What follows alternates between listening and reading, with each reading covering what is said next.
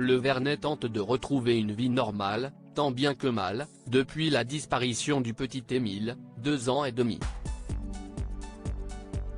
Si est aussi le cas des proches du garçon.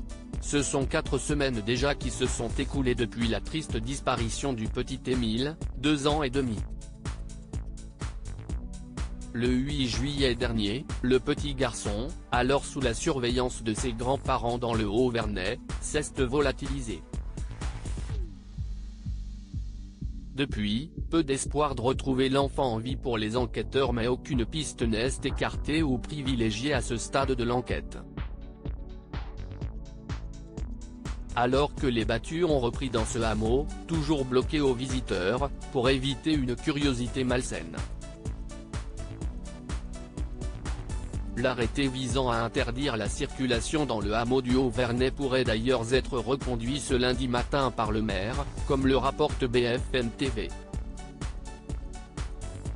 Les habitants tentent de reprendre une vie normale alors que ce drame n'est toujours pas résolu, mais quid des membres de la famille d'Émile ?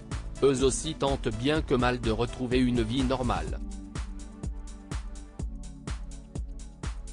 Toujours au sein du Vernet, les proches du garçonnet disparu ne restent pas pour autant cloîtrés dans la maison familiale. À la fin du mois de juillet, 4 membres du clan ont ainsi été aperçus lors de la traditionnelle messe dans la localité voisine de Seine-les-Alpes. Des chants, de la musique, des prières, avant de retrouver le silence assourdissant du hameau du Haut-Vernay, détaillent nos confrères BFM d'ici. Cette chaîne entièrement dédiée à l'actualité des Alpes du Sud et de Haute-Provence avait aussi fait état d'une autre sortie, celle de la mère d'Émile, Marie, mère au foyer, et sa petite sœur Alaïs, âgée d'1 an. Mère et fille s'étaient rendus à la piscine du village. Une sortie entre mère et fille au Vernet, chacun essaye de retrouver le cours d'une vie normale. À commencer par la famille d'Émile.